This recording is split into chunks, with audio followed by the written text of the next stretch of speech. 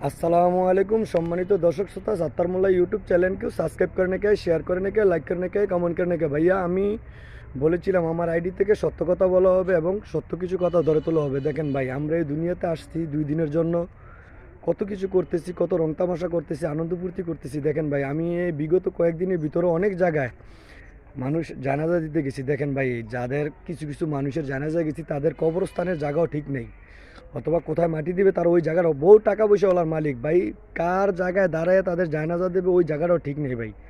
তো ভাই, আমরা এই 2 দিনের দুনিয়াতে এত ধন সম্পত্তির জন্য, টাকা পয়সার জন্য, বাচ্চা কাচ্চার জন্য আমরা এত কিছু করতেছি ভাই।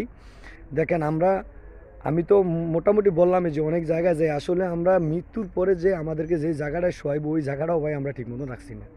তো দেখেন ভাই, আমি বলতেছি আসলে আমরা যেই চিন্তাধারা করতেছি, যেই চিন্তাভাবনা নিয়ে চলতেছি, তা মনে করেন যে একদম মোটেও ঠিক না ভাই। মনে করেন যে আমরা আমরা ওই এই দুনিয়ার মধ্যে জায়গা সম্পত্তি টাকা পয়সার জন্য যা আকাঙ্ক্ষা করতেছি ভাই।